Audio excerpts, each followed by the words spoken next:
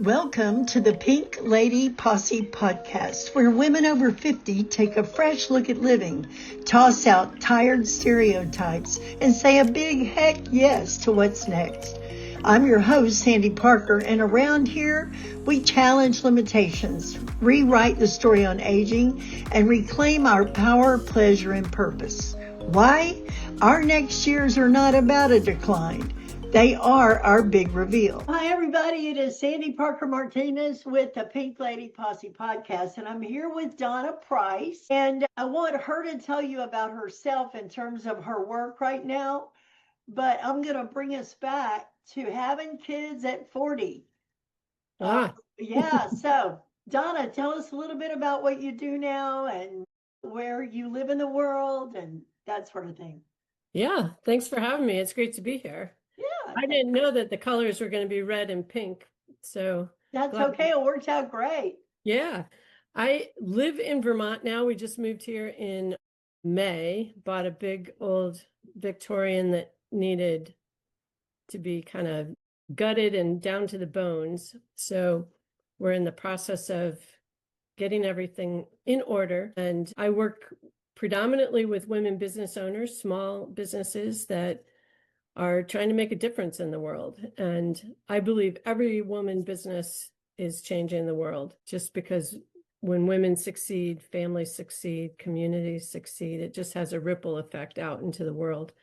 And I love being part of that journey. So we help people look at their vision, their strategy, their marketing strategy, how to operationalize their business, and then make sure that their products and services are meeting the needs of their customers. Well, that's a mouthful. Yeah. You know, I had both my knees replaced. I was a widow and remarried or married, and I moved to Bowie, Texas, small town, and I had both my knees replaced and both my hips replaced. And I had a time period of healing set aside, and then I got better faster. Wow. So I thought, okay, now I got to do something. So I believe every woman needs a posse. Yes, I believe that too. Because I was out there by myself, feeling good, and I'm thinking, okay, what's my mission in the world? My mission in the world is that every woman over the age of 50 has a posse that cares about them, that knows them, that stays in communication. And I got that notion because when my husband passed away, my hospice group stayed together. And we've been together every Monday morning at 9 a.m. for 6 years. Wow, that's wonderful. If I didn't show up, they be coming. They be coming to look for me. So I thought, it's what makes me think of that is I didn't have a strategy. I didn't have a system. I was all by myself with a computer, and I thought, let's do a Facebook group. Then I did some branding, and then I did some marketing. And often I've thought, wouldn't it be nice to have started with a strategy and then an implementation plan and then some scaling, that sort of things. How do you find most of the women? I would have loved to have found you then and still could use your services. How do you find the women that you work with, and how do they come to know of you?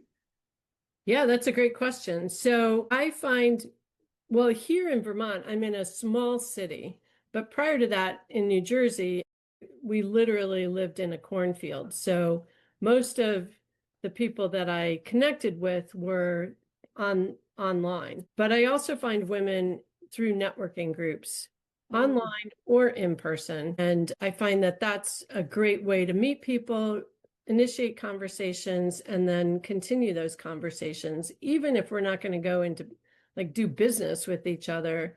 Right. It just builds your network of people that that you can reach out to if you need something, or you meet somebody that needs what they have or whatever. So Facebook, LinkedIn, and I'm on Instagram, but I find most of the people that I connect with are on LinkedIn or on Facebook, and then through groups and networking through those two platforms.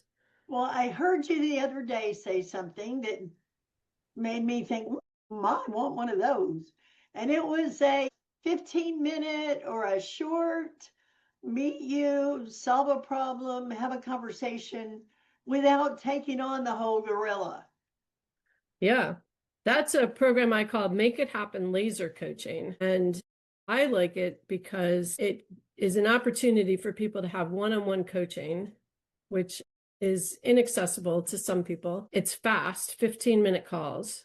So it's not getting on the phone for 60 minutes and it's focused on what you're trying to accomplish. So we're focusing on your goal or your strategy, what the next step is, and then you leave that call with an action plan.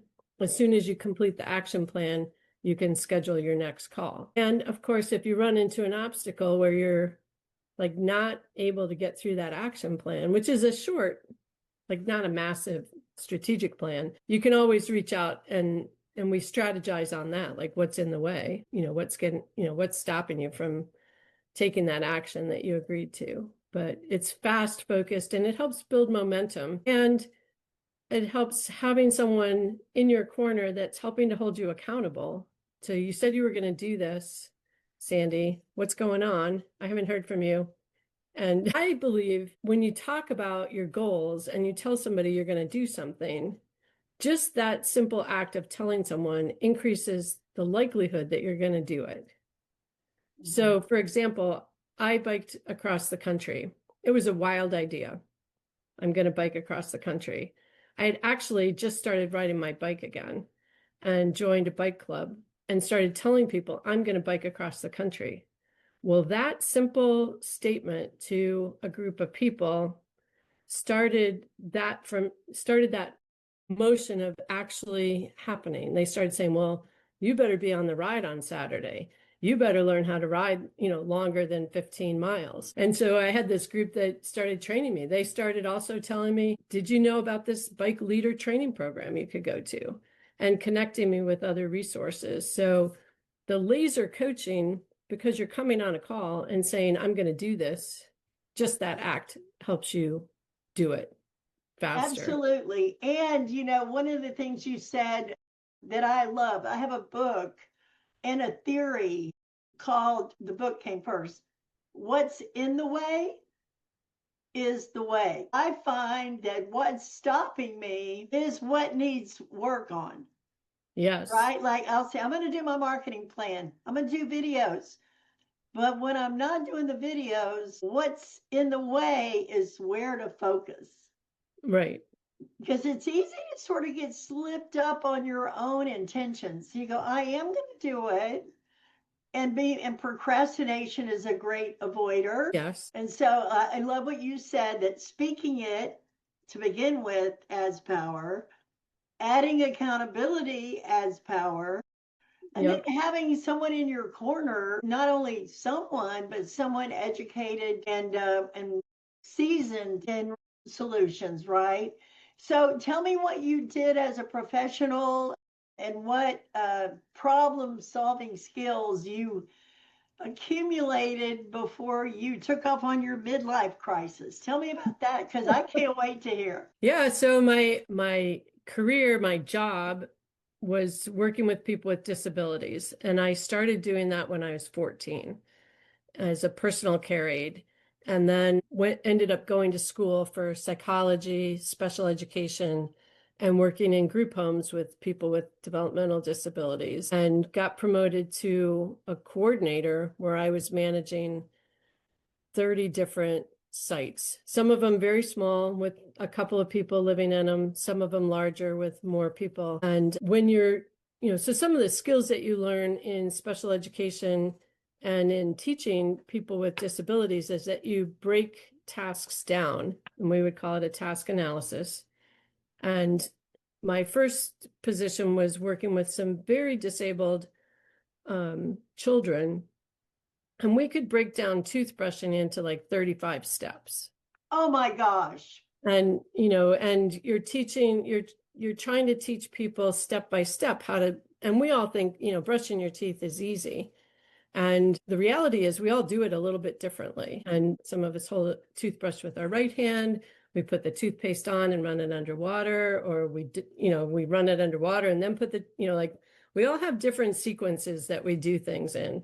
And so that task analysis helped us to see how somebody was doing it and then help them complete the task so that they were becoming more and more independent. And we tracked all those goals. So when we were teaching somebody, we had to mark how they did on each step of that task analysis and that goal. One of the other things that happened kind of as that career evolved was, the field changed and people had circles of support. And so you were Now you're bringing, getting in my area. I love those circles of support. yeah. And, so we create these plans with kind of all the people in an individual's life, so it could be their parents, it could be their employer, it could be a neighbor, a community member. And so you'd have this planning meeting with all these people there to support this person in their life.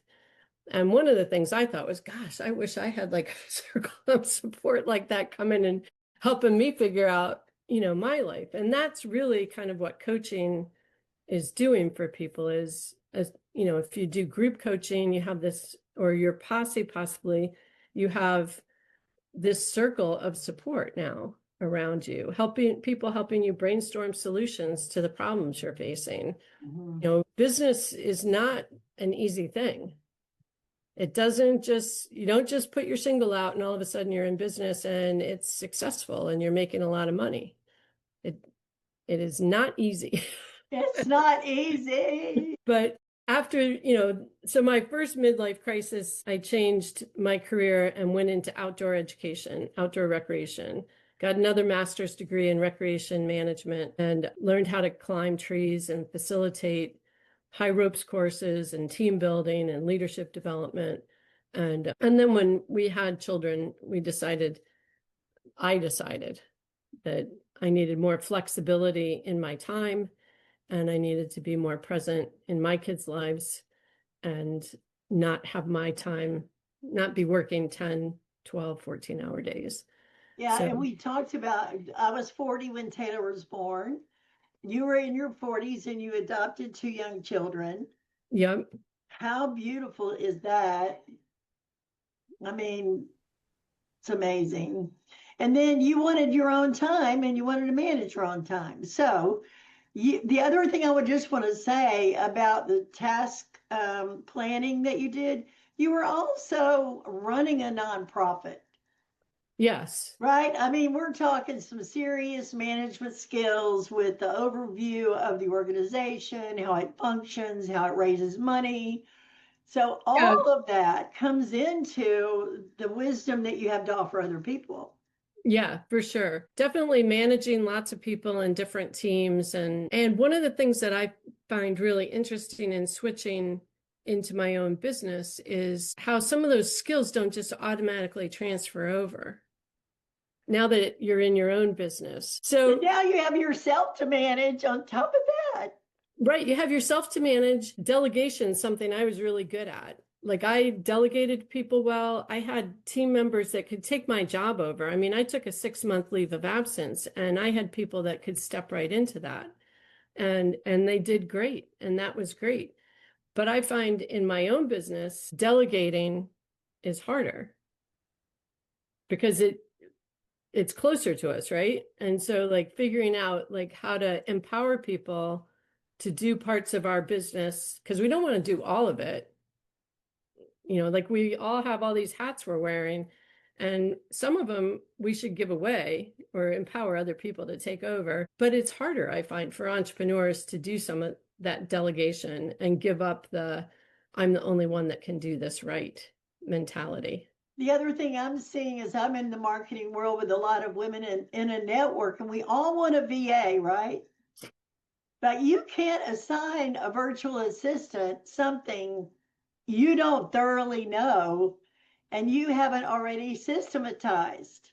Right. Because they'll just take off and it sounds like your brain functions in a way that you can systematize things well. I am like a free flyer. Let's try that. That Yep. makes it hard. What we know is that when we create those systems or operational procedures, we can teach people then how to do them, is what you're saying. Uh-huh.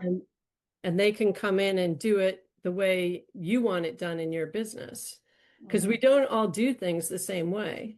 I mean, some things like bookkeeping is sort of bookkeeping, but there are probably little nuances to when we do it and how we upload our receipts or whatever that are different from business to business. Oh, sister, I have some nuances.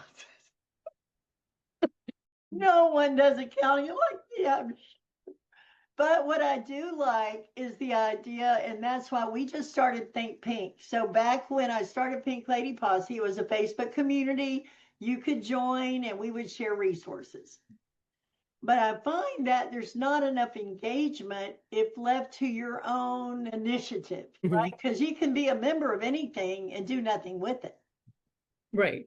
Right. So I thought if we create an inner circle where you're known and appreciated and we share resources, then you have that camaraderie and the multiplication of resources and brainstorming and think tanking and all that. Now, Think Pink is not about business, but a lot of women in it are in business. But we also have one lady whose husband just passed away and she's not leaving the house yet.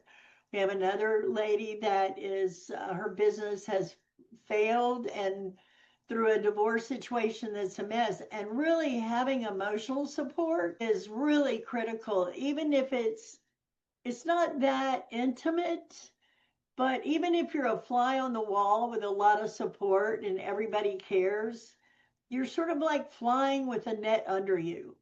Yeah. So that means a lot to me. I mean, I couldn't do what I'm doing without it because this morning, even I said, okay, we're working on Think Pink and I'm going to change a few things. And even a simple thing like when are we going to meet weekly? There's not a consensus. Yeah. And people said, pick what works for you and let the people that it works for come along. But if you try to please too many people, then it's just not going to work. But we had a great result for our first time. We have like almost 20 participants for the first month. So now it's a matter of putting things in place that make it reliable and responsible and accountable so people know what they can depend on. That's So cool. So what is Think Pink? it is just a step forward in an inner circle. It's a private Facebook community.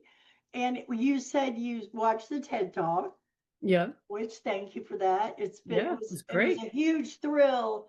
And my family all came to be there for me. And so it Oh, was almost nice. like a wedding, it was like an event. It was really beautiful. But what I've noticed for myself, no matter what I'm trying to do, I have to pause to get some clarity without clarity, there's not a start. Then I have to actually identify, okay, what is to be done or what is it I want to do and what are the steps? And then in nudge, I have to nudge myself to take a step. Sometimes I'm like, I don't really want to do it. So I have to nudge myself. And then PINK is keep it alive. Once I Nice. start something, that doesn't have a thing to do with keeping it alive. Right. So no matter what I'm trying to do, maybe I'm just trying to do a short event, I still need those steps. Or the woman who's trying to figure out how to live after her husband is not with her, she has to do the same steps. So really it's just an agreement that we are trying to do something and being together doing it makes us stronger. So it's just an inner circle of Pink Lady Posse. I want to know, as you see women in these networking groups, are you seeing something that's a trend in how they network or how they act or like, because you've got a really great pair of eyes, you've got really good perspective. What are you seeing out there in the networking world? Well, I'm seeing a lot of women in business or out there networking doing a lot of really cool things compared to, like 10 years ago or 15 years ago. Like women are out here. And I see each networking group has a little bit different flavor to it. And like you and I have met through a networking group. Mm-hmm. Or a group of women. And I was in a networking group that partners with a domestic violence shelter. And that group of women comes together to network for business, but also to raise money for the shelter. And they kind of have this dual, and that was a really powerful way to connect with people that wasn't 100% business, but had this other angle to it. So I just see women showing up more and more. I want to affirm you in something, and that is I found you interesting, although you're not really, you don't seem to be an extrovert, right? You might be, but you were just being patient and polite and everything. And then it came time for you to say what you did. And because you said, I do this 15-minute laser focus call, in my mind, I thought, I like that. I'm gonna do that. But if you would have said, I help women in business put a strategy together and then make decisions and then and then I would have just gone, you and 4 million others. Yes. So you gave me a connection point that seemed reasonable and doable. And I want that now. I want to say I'm Sandy with Think Pink or Sandy with Pink Posse, Pink Lady Posse, and I help women come alive again. Ah, yeah, love it. Right? Like that's really what I'm about. But if I say, oh, I have a Facebook group and a podcast and a kiss on the cheek and a who cares? It's too much. Well, I think that's part of the value of having conversations after those meetings, like we're having to hear like that those words resonated with you because we try different words. We don't always know what's resonating. And sometimes we feel like, nothing's resonating with people, but then we're not having the conversations to hear like, well, what did interest you? Right. What did pique your interest? So I want to ask you because I have a notion, you have a system, and I have a notion I probably don't. But in follow up with when you're on a networking group and other than people say, hey, be on my podcast, do you have a way to follow up that is a strategy that somebody could learn from? That's a great question because I have not been doing that as well as I would like to be doing that. So that is definitely something I've been working on. But having these conversations, like going, on Zoom, if you're on Zoom, you can download that chat and going through that chat and actually scheduling the meetings with people to talk to them. And then having a system where you're tracking to a certain extent, like who you met with. Because I don't know about you, but I don't remember like 2 weeks ago. Like I know I met with a couple people, but who was that? And so having something other than like I love old composition books. I do too. And now they're so fancy. Like, like this one is, got colors and stars and whistles and bells. Yeah. But that's not a good system for tracking because, it gets lost back in the pages and, but having a system online, a CRM or some way that you're keeping track of and then reminding yourself of who you talk to and what you might want to follow up with them on later on and not just a generic follow-up. And I love email marketing, and autoresponders and all that kind of stuff. But when you've had a personal conversation, it needs to be more personal follow-up. You know what? This sounds like wah, wah, wah, but I actually got hurt by an automation system. And so for those of you who are out there, you marketers, you listen, because there was this lady teaching a class and man, I wanted to learn it. And I bought it, I don't know, $79 or something. And then the emails come and it's a day until, and I drove from Dallas back to my house to be there right when it started, but I was about 5 minutes late. And I went to the automation link and it said the class has already started. Watch for the replay. And I thought to myself, let's not lose the people in in this automation. Like, Right. I wish there would have been a person that said, "Oh, I'm glad you can make it. Here's the link," or "I'm watching the."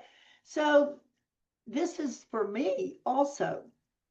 Just because I have a Facebook group, somebody could post something in that Facebook group and I don't see it till tomorrow.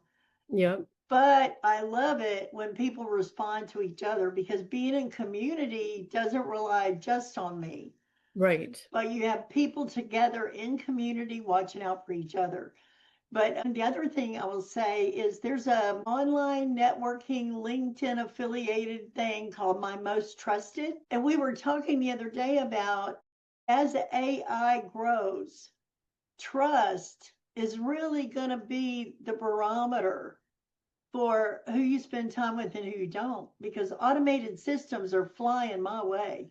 But Yeah. now that I know you, we're in another level of world together. Yep. Definitely. And everybody was saying on this networking call, "Oh, you got to meet this guy named Sloan." I'm like, "Okay, I'll meet him." So we set up this thing, and I honestly had no idea why I was meeting him, except everybody said, "Oh, you got to meet him." So we met, and it was such a great call.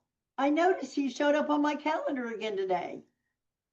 So he's been thinking about it. But had we not actually had that conversation, and Yeah. sometimes the perfectionist in us wants to be fully prepared or fully know or have a reason.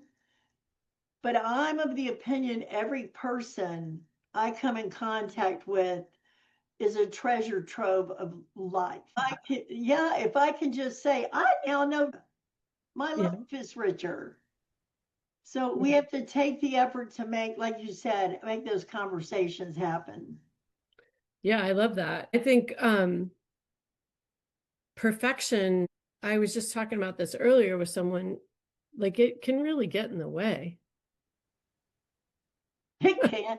You know, I used to teach creativity classes. It was a small town, so the only people taking creativity classes are a bank or a chamber of commerce or something. Yeah. And I would start out and I would put all these color crayons on the table. And I'd say, pick your favorite color. And I cannot tell you how hard that was for people to just grab one. Yeah. Like, well, I do like green, but I'm like, you live that way, it's going to be hard. But really, perfectionism is not my big handicap. My handicap is I'm going to go and figure it out. That's great. But I see people who suffer so much. What have you seen in working with women about how that derails them or causes them harm? I see that, well, like this conversation, right? We scheduled a meeting and you said, "Hey, let's talk and then let's do a podcast." And I had a podcast for a long time. I don't have one right now, but I had asked somebody at a networking meeting, "Oh, you should come on my podcast." And she kept like, "No, I can't do it yet. I need to prepare. I need to prepare." Like she never came on because she needed to prepare. And it's like, well, it's just a conversation. Like you can do it. We're having a conversation right now. You can come on the podcast. So I see it as at times like you want that perfection, which like is it even achievable? Anyway, that's a Right. whole other thing. But it stopped this opportunity from happening. And I guess another thing it makes me think of is saying yes, right? And people that just aren't willing to say yes, they're in no, not yet. And my daughter, when she was in high school, had an opportunity to go to get a scholarship at a camp. There was a day camp just for a week. And she said yes to it. And it was uncomfortable. It was unfamiliar. At first, she didn't like it at all. And she stuck with it and it changed her life. Mm. And she invited a friend to go who said no. And it was kind of like, well, what would have happened? Like, how Mm. would your life be different if you had said yes instead of no? And we ended up, she's at that time was like 15. We ended up talking about that. Like, what do we say no to that would have been if we had said yes? Like how our life would be different because we said yes to it instead of no. I And love that. And this is going to be in air in January. So I awesome. love that because, okay, everybody, here we go. It's a new year. What can we say yes to? What a powerful focal point to say, all right, what can I say yes to? Have you ever heard of the book, The Surrender Experience? No. It's written by the same guy that wrote The Untethered Soul, Michael Singer. Okay. And a woman that I really respected owned a business and she sold it for a gazillion million dollars. And I said, okay, will you be my coach? And she said, I'll be your coach if you read this book. And I Okay. said, okay, what? And I will do a bad job at summarizing it because I haven't read it for like 4 years, but it was something like, what if I made choices not based on my preference, but what came by? Like if it came by, maybe there's something in it for me. And if I say, no, that doesn't quite suit me this way and that, if I don't let my preference dictate my choices, how would my life be different? And if anything, it let me just watch my preference fly by. So somebody will say, do you want to do this? I go, not really. But I go, oh, that was my preference. Now, if I give it a look beyond my preference, I get an extra space of opportunity to make a decision that Yeah. my preference doesn't just run my life. And most of our preferences come from what we've already kind of done. Yeah. Keeping us safe. So that's that book. And it was helpful to me because I can now see them fly by. I Wow. still go with them sometimes, and it's a little more spiritual than that. But I think one of his stories was he had land, and somebody wanted to put a yoga retreat on his land, and he's like, "Oh, I don't want these people on my land," and But he ended up saying yes, and it built a whole tribe of people whose lives are changed. So Yeah. it's kind of like what you said, making the most of the opportunities sometimes by saying yes. Yeah. Yeah. That makes me think of like we do a lot of biking and bike trails. And there was, every time a bike trail gets put in, the people along the trail object to the trail Uh, coming. They're going to come on my property and there's all these reasons not to do it. But I just read an article where a gentleman that lived right next to the trail went to the town meeting and talked about the impact on his life from having the trail there and the people wow. that he was meeting and it was just all a positive experience and none of the you know your negative things, and it's that same kind of like your preference maybe, but what would happen if Yeah. you All don't know? right. So, Miss Donna Price, I'm going to give you the chance to close us out with we serve women. I serve women 50 plus. You serve women in business. Here's the new year.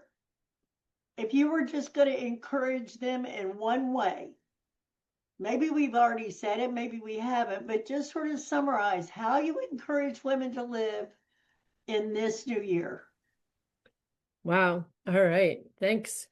Well, I always start with the vision and getting clear on what that vision is for the new year, and then moving into action because vision does not happen without action, and breaking those actions down into small doable steps so it's not this big overwhelming like I can't do it, because you can do it step by step, and small steps move it forward. Well, I like the combination of us because what I will say is I'm an action babe. If you need to get in action, saddle up with me because I love being unreasonable, unapologetic, trying it. And I love what Seth Godin says. He said, being creative is trying something that might not happen. If it's going to happen, it's management. Yeah. And I'm going to say life is like that. Here's a year, if we wait to make sure we know it's going to work, we're going to miss out on some really great things. Yeah.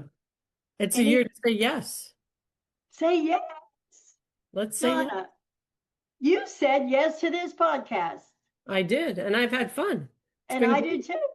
I want to thank you for being here. It's so good to know you. And I'll have your contact information in the show notes.